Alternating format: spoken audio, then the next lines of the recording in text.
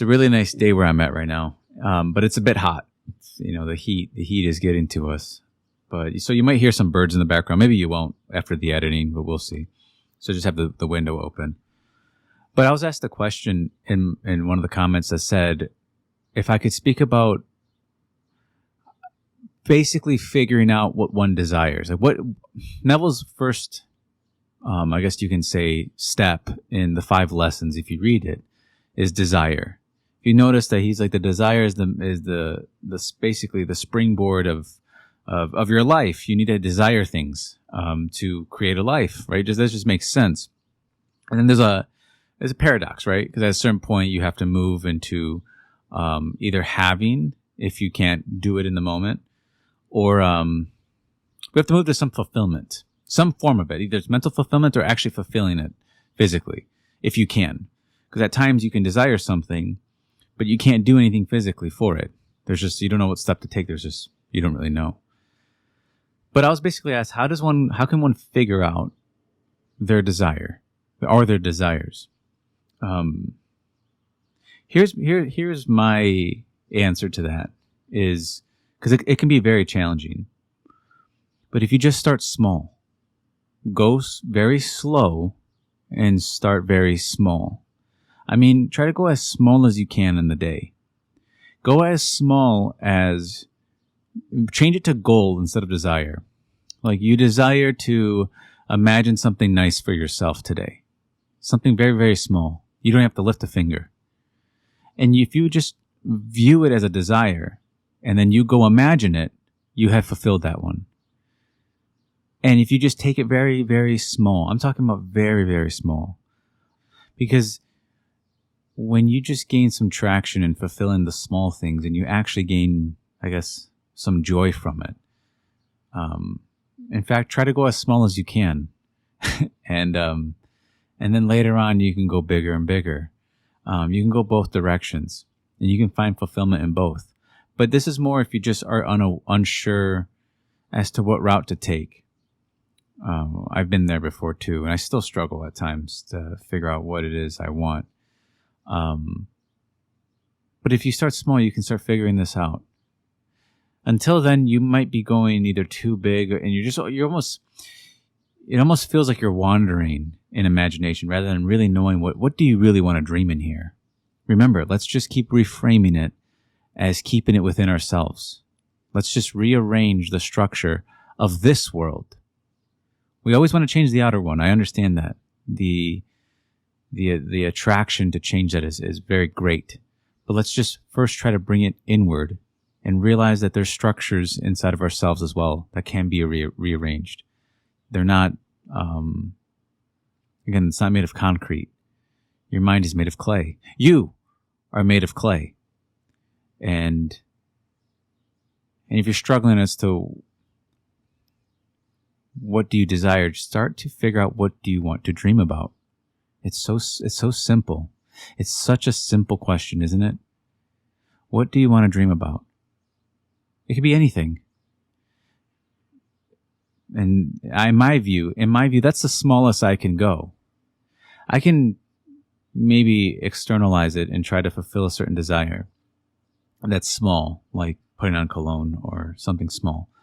But let's go even more, like even smaller. And in my view, it turns invisible. Like there's an invisible work happening, and I have more control over this invisible work than I once thought. And so if I can just keep it inward and rearrange the structure of this world, the one that I actually do control to a large extent, I can start with a simple question as to, what do I want to dream about today? Forget the world for a second. Just answer the question honestly. What do I want to dream about right now? And then do it. Don't question it, just do it. Because the moment you question it, you're gonna die. You're gonna be very creative and find a doubt, and then you're gonna believe in the doubt, and then you're not gonna do anything.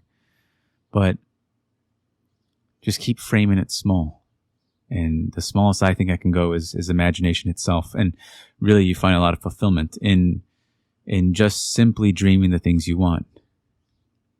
I have a video called Imagine for the Sake of It. Dream for the sake of dreaming. That's what it's for. And you dream what you want. And you should always frame things as it being done. You're experiencing the alreadiness. We're not trying to make something happen in the dream world. We're going into places where the dream is there. We're entering the dream rather than trying to make a dream.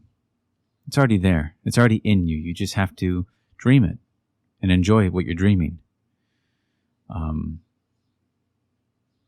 I know it's still a little bit vague, but I can't tell people what to dream because I don't have that authority.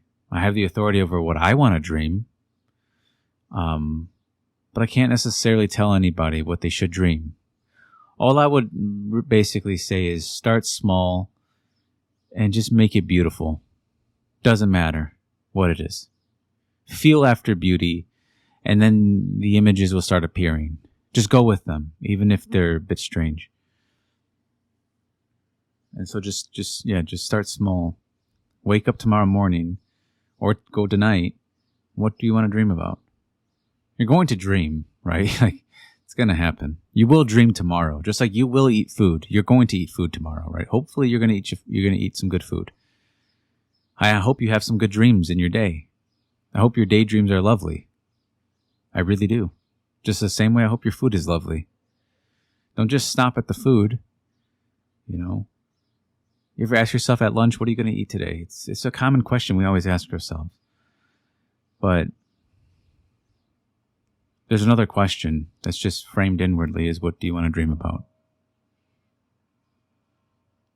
And so that would be my answer, is just to make it small and fulfill the small ones. And go as small as to simply saying, I want to dream this, and then do it. And feel accomplishment. Keep feeling after these things, and you'll gain more of them. You're not going to lose it. You'll gain more. The more you feel after accomplishment, the more you start to create it inside yourself. So don't be afraid of it. Don't feel accomplishment and then run away. No, embrace it and do something else.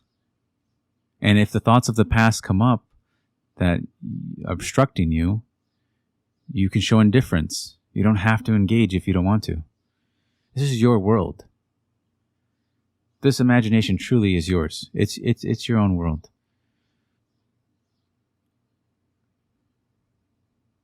So you don't have to always be gripped by a nightmare.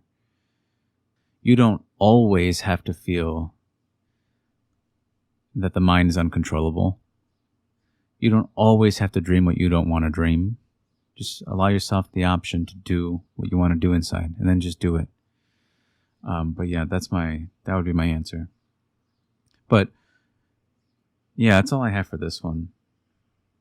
But yeah, I have my books out. It's in the description, and I do one-on-ones. I also do live streams where I kind of go into these topics a bit more, and I do some Q&As as well. But yeah. I'm glad someone asked that. I didn't know if I was going to make a video on this because I didn't know if I knew the answer as well as I wanted to. And sometimes when I don't really want to make a video if I'm a little bit like unsure about what I'm saying. But that would be my answer. But okay, take care.